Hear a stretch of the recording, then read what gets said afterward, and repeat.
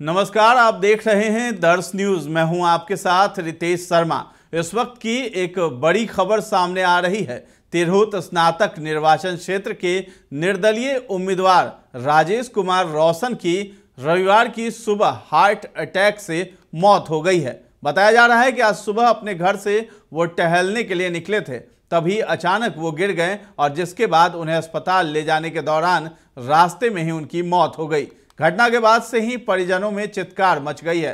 आपको बता दें कि बतौर निर्दलीय उम्मीदवार के रूप में 15 नवंबर शुक्रवार को उन्होंने अपना नामांकन दाखिल किया था और मैदान में उतर गए थे। घटना की जानकारी के बाद मृतक राजेश कुमार रोशन के शुभचिंतकों का भीड़ उनके घर पर उमड़ पड़ी है और लोग इस खबर को सुनकर मायूस हो गए हैं। घटना कैसे हो गई अचानक? ये बिल्कुल ठीक थे। आज सुबह सुबह जो है सो स्नान किए हैं, कुछ लोगों से बात किए हैं, वीडियो कॉन्फ्रेंस से बात किए हैं। तो ये बगल में ही इनका ऑफिस है, वहाँ पर रास्ते में महावीर स्थान है, वहाँ पे गए हैं। फिर कॉलिंग किए हैं, कॉलिंग करके ही किसी से बात कर रहे थे। कॉलिंग में ही बोले कि मेरी तबीयत नहीं ठीक लग रही है। करते करते बैठ गए वहाँ पे और बेहोश हो गए। हाँ, वहीं पे गाड़ी थी, सब लादा, जल्दी जल्दी गए। और सकरी में एक हॉस्पिटल है साईं, उसमें गए। वहीं पर जाते जाते बोला कि नहीं, रास्ते में एक्सपायर कर चुके हैं, सांस उखड़ गया था इनका। बिल्कुल साइलेंट डेथ था, कहीं से कुछ नहीं, कोई मूवमेंट नहीं। कोई मूवमेंट नहीं। यहीं पे जो बेहोश हुए ना, बेहोशे रह गए, होश में नहीं है। क्या बताया डॉक्टर?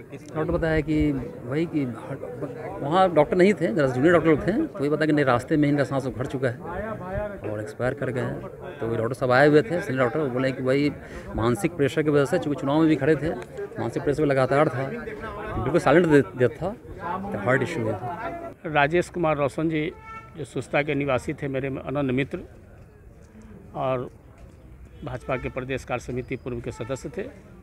वर्तमान में वो शिक्षा स्नातक निर्वाचन क्षेत्र में 15 तारीख को अपना नॉमिनेशन किए। आज सुबह नहा वहा के भगवान का पूजा करके सकरा की तैयारी में जा रहे थे। उसी क्रम में फैंट करके गिरे और उसके बाद उठ नहीं पाए। लोग हॉस्पिटल ले गए, वहाँ जहाँ उन्हें डेथ घोषित किया गया। सभी उनके चाहने वाले यहाँ उपस्थित हैं।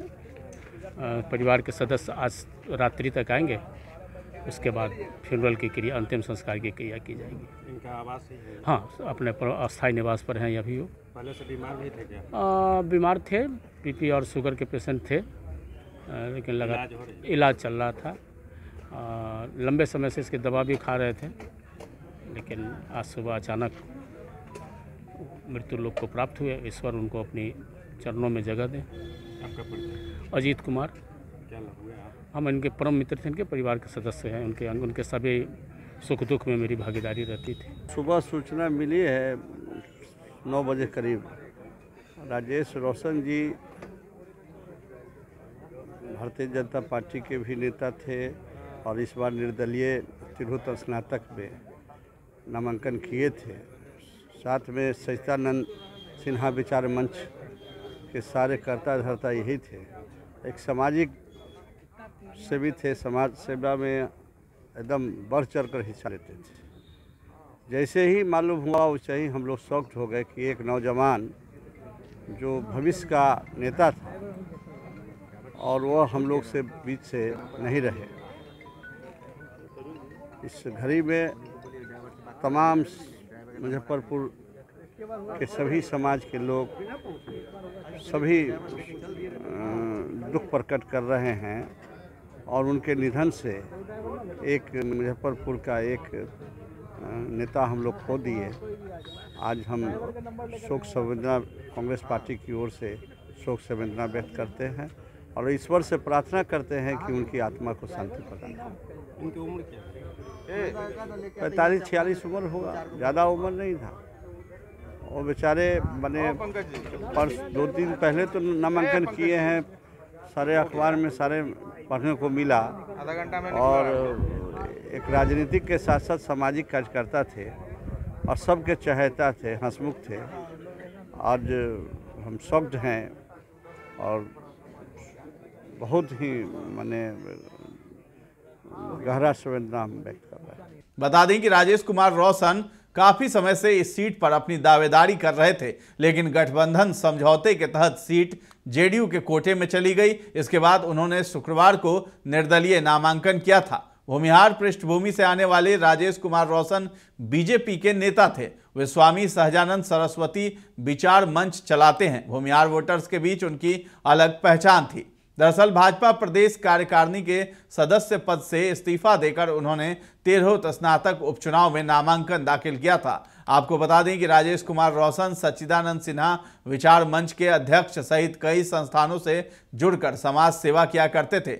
बीते 2 दिनों पूर्व शुक्रवार को उन्होंने अपना नामांकन तिरहुत स्नातक निर्वाचन क्षेत्र से बतौर निर्दलीय प्रत्याशी के रूप में किया था। नामांकन के दौरान लोगों से वोट की अपील भी की थी। उन्होंने इसको लेकर कहा था, बीजेपी और एनडीए के लिए क्या यहां से कोई उम्मीदवार नहीं मिला था, जो मिथिला क्षेत्र से उम्मीदवार लाकर उतारा गया है।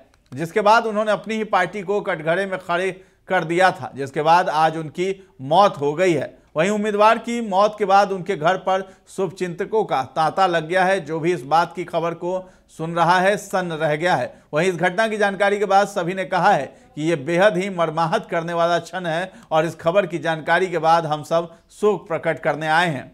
बताते चले कि पिछले 22 सालों से इस सीट पर जेडीयू का कब्जा था। ऐसे में इस बार एनडीए की ओर से यहां अभिषेक झा कैंडिडेट हैं। इसके अलावा राजद ने वैश्य समुदाय से आने वाले गोपी किशन और जनसुराज ने डॉक्टर विनायक गौतम को अपना यहां से उम्मीदवार बनाया है। इस सीट से मुख्य पार्टियों के अलावा 6 निर्दलीय उम्मीदवारों ने भी नामांकन दाखिल किया है। राजेश कुमार रोशन काफी समय से इस सीट पर अपनी दावेदारी कर रहे थे, लेकिन गठबंधन समझौते के तहत सीट जदयू के कोटे में चली गई। इसके बाद उन्होंने शुक्रवार को निर्दलीय नामांकन किया था और आज सुबह ही उनकी मौत हो गई है।